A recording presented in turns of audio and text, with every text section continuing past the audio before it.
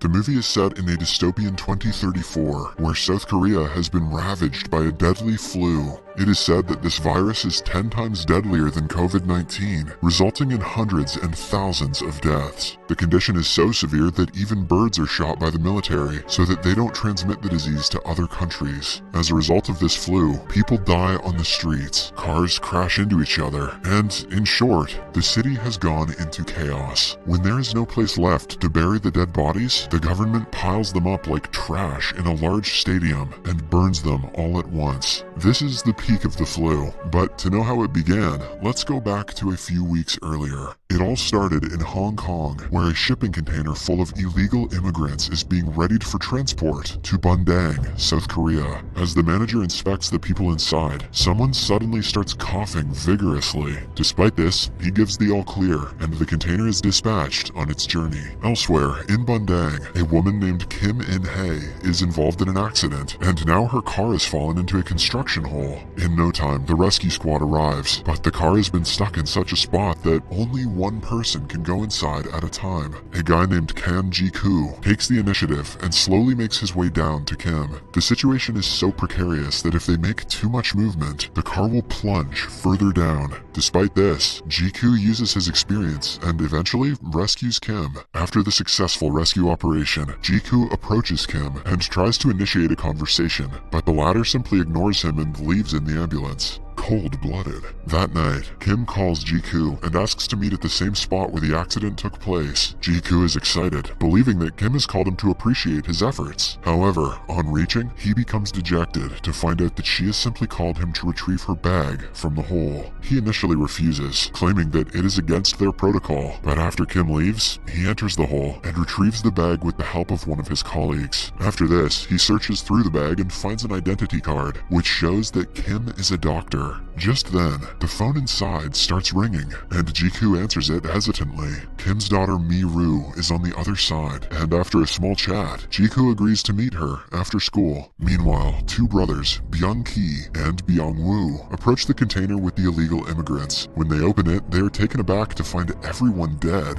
all except for one. There is also a very powerful stench inside the container. Confused about what to do, the brothers take videos of the scene and put the lone survivor inside their truck. After a while, they stop at a grocery store, and Byung-ki heads inside to get some supplies. Sensing the opportunity, the survivor makes a run for it. When Byung-ki returns from the store, he notices that the man has escaped, and that his brother is coughing profusely. He tries chasing the survivor, but ultimately gives up, and instead takes his brother to a clinic. There, the doctor gives Byung-woo some normal prescriptions, and asks him to rest, but Byung-woo cannot stop coughing. He spreads his droplets to all the people in his vicinity. Elsewhere, Ji-koo visits Mi-ru outside her school and tries to start a conversation, but just like her mother, Mi-ru refuses to interact. She simply takes her mother's bag and Ji-koo's business card before leaving. As Ji-koo is headed home, he notices some people coughing vigorously on the bus nearby. Following this, we are shown a montage of how the virus is slowly taking over the city of Bundang. Later, when Kim reaches home, she gets ecstatic to find that her bag has been returned. She hugs her daughter with joy, and also thanks Ji-koo for his help. Just as the mother-daughter duo is bonding, Kim gets a call from her hospital, informing her that there has been a sudden emergency. Left with no other options, she leaves Mi-ru in the care of her grandmother. When Kim arrives at the hospital, she notices that everyone is scared. She immediately heads into the emergency room, where Byung-woo, the patient, is in a critical state. He has coughed up a lot of blood and has red rashes on his body. Kim deduces that it is avian flu and tells her seniors about it, but they are not convinced. Soon after, the doctors get a hold of Byung-woo's phone and find the footage of the container filled with dead bodies. They are sure that the virus originated from there and approach the patient's brother Byung-ki to ask about it, but he remains silent. Suddenly, an emergency alarm starts blaring, and this makes Byung-ki anxious. Despite the doctor's warning, he wrestles everyone and rushes into the emergency room, only to find that his brother has passed away. Devastated, he breaks down and hugs his brother, causing his hands to get stained with blood. Byung-ki then touches several of the doctors with his hands, but after a long struggle, he is finally subdued. In the next scene, Miru gets bored and ventures out of her house alone. She is almost hit by a vehicle, but Monsai, the survivor from the container, saves her. Miru notices that he is hungry and provides him with some food. As they talk, Monsai warns the little girl to stay away from him since he is sick, but Miru continues talking to him. A while later, Monsai starts coughing, prompting Miru to get some aid. She calls Jiku for help, but by the time he arrives, Monsai is already gone. By this time, thousands of people in the city have become infected by the virus, resulting in the hospitals becoming overcrowded with patients. On the other hand, Kim, along with a team of the KCDC, the Korea Centers for Disease Control and Prevention, locate the container and incinerate all the dead bodies inside. KCDC is playing their hit song, TNT. However, a large swarm of rats that had been feeding on the corpses manages to escape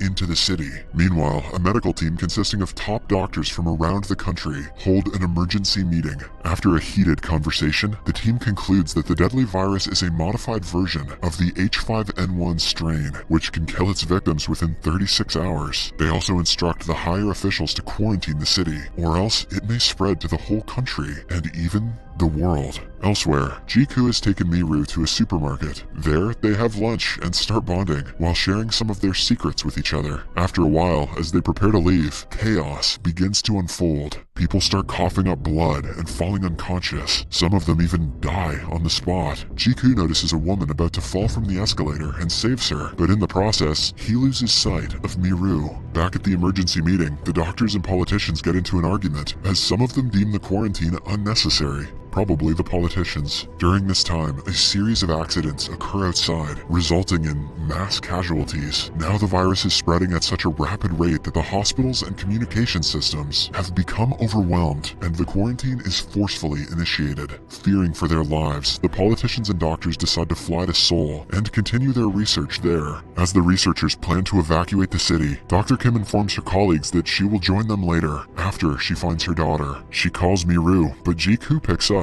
and briefs her about the situation in the supermarket. Wasting no time, she reaches the place, but is devastated to find that her daughter is missing. Soon, the situation gets out of control when people start looting the stores and fighting against each other. As a result, the army is deployed, and a huge brawl ensues. Kim and Jiku search for the little girl amidst the chaos, and after a while, they finally find her. The three then get out of the supermarket just before the shutter is closed. Once they are out of danger, Kim requests that Jiku leave the city along with them, but he refuses, claiming that it is his duty to help the people. He then hands Kim his car keys and sends them away. After a while, he teams up with one of his colleagues and releases the people trapped inside the supermarket. Meanwhile, Kim and her daughter reach the airport and pass the security checks, but just as they are about to head towards the final chopper to Seoul, Miru starts coughing, and as a result, they are denied entry. That night, the Korean army, along with the US forces and the KCDC, reinforce a strict lockdown throughout the city. All the residents are relocated to a quarantine camp. At an emergency meeting in Seoul, the politicians team up with national and international physicians and come to the conclusion that the citizens will be tested and then segregated as infected or uninfected. One of the physicians claims that mixing the two sets of people will result in an even bigger spread of the virus, but the others tell him to remain silent. Their path is to release the ones who don't show any symptoms, while the infected will be treated in a separate ward. Meanwhile at the camp, Kim arrives with her daughter and notices the dilapidated state of the place. People barely have space to move, let alone live. Some of them are already coughing up blood, while others live in constant fear that they will be infected next. Later, while Kim is tying her daughter's hair, she notices red rashes on her neck. Despite this, she takes Miru through the examination room and into the quarantine camp. The next morning, on the government's orders, some soldiers gather on rooftops and shoot at the birds, fearing that they will transmit the virus to other places. Down in the camp, Monsai is finally discovered by the authorities. After examining him, the doctors are taken aback to find out that he has somehow overcome the virus and developed an immunity. They then call Kim to start working on an antibody, as she is the only doctor in the camp who knows about the virus. A few hours later, Kim is successful in extracting the antibody from him. However, when she presents the idea of injecting the antibodies directly into a patient, her seniors reject it. That sounds like it might work. We can't do that. Later that day, while Kim is trying to smuggle her sick daughter out of the place, a couple of quarantine staff arrive, trying to locate Miru, using her tag number 2066. They mention that her results came out positive, so they are there to take her. Kim is devastated that she is going to be separated from her daughter, but just then, Jiku steps forward and introduces himself as number 2066. With this, the guards take him away to the infected zone. Later, one of his friends spots him and cleverly uses his own card to take Jiku out. Elsewhere, Kim enters the special tent where Monsai is being held. Even though the higher authorities instructed her against injecting the antibodies directly, she proceeds to use it on Miru, who has now become extremely sick. Kim starts a transfusion between her daughter and Monsai, but a few moments later, the troops notice her and barge inside. They then put her to sleep and take the infected Miru away. In the next scene, Jiku witnesses guards transporting a child's body into the contaminated zone and assumes it is Miru's. He pursues the men and discovers Miru's headband along the way. Soon after, he reaches a place where thousands of infected corpses are being wrapped up in plastic. Some of them aren't even dead yet. As Jiku continues searching for Miru, he comes across a horrific sight. A large crane is grabbing a pile of dead bodies and dumping them into a stadium, which has now become an incineration pit. Fearing the worst, he immediately heads down to the pit and starts looking for the girl. As a large flame burns the bodies, Jiku suddenly hears a ringtone and realizes that it belongs to Miru. He rushes to the location and finally discovers the little girl wrapped in plastic, still alive. Meanwhile, the tension inside the quarantine camp has reached a boiling point. When an officer fatally shoots an infected soldier, the crowd goes wild and erupts out of the camp. On their way out, they notice Jiku saving Miru from the burning pile of corpses and deduce that the infected are being incinerated alive. Because of the public outburst, the medical personnel decide to leave the place and continue their research on Monsai elsewhere. They ask Kim to accompany them, but she refuses, claiming that she has to find her daughter. As they are heading out, Byung-ki notices Monsai and fatally stabs him as vengeance for the loss of his brother. At the same time, Kim desperately searches for her daughter around the camp, but fails to find her. As a result, she reluctantly leaves with the medical staff. Back in Seoul, the president witnesses the city of Bundang in a state of utter pandemonium. He is under constant pressure by a member of the UN, Schneider, to eliminate the infected so that they don't cross the border. Despite this, he orders the army to stand down until an antibody is made. Schneider and the vice president are not happy with the decision, but they decide to wait for the antibody. Unfortunately, things take a turn for the worse when Monsai dies in the ambulance, and with him, their hopes of developing an antibody also dies. When the vice president learns of this, he secretly instructs the army to stop the outraged civilians from entering the Seoul border. While several civilians are killed in the shootout, Jiku somehow escapes the place with Miru, who by this time has started to feel better. She is even able to speak, implying that the antibody worked on her. Elsewhere, Kim rushes to meet her daughter, but she is stopped by the armed soldiers. She repeatedly mentions that her daughter has the cure, so one of the soldiers takes her to their base to communicate with the president. Back on the streets, a man overhears Jiku saying that Miru has the antibody, so he goes after them. When the girl is alone, he takes her to an isolated room and tries to extract her blood. Fortunately, Jiku arrives with his friend and the three engage in a brutal fight. At last, Jiku manages to kill the man, but his best friend is severely injured in the fight. In the meantime, Kim talks with the president and informs him that her daughter has been totally cured of the virus and may have the antibody to it. Hearing this, the president orders his soldiers to hold their fire, but Schneider isn't convinced and he tells them to keep shooting. After a while, Kim reaches the border, and when she sees Miru among the infected, she runs towards her. Unfortunately, as she tries to take her daughter over the containment line, she is shot, as per the orders of Schneider. But before the soldiers can do further damage, Miru shields her mom and repeatedly tells the men to not shoot. This warms the hearts of everyone, including the soldiers, and they all stand back. Even the infected people get renewed motivation and they start running towards the border.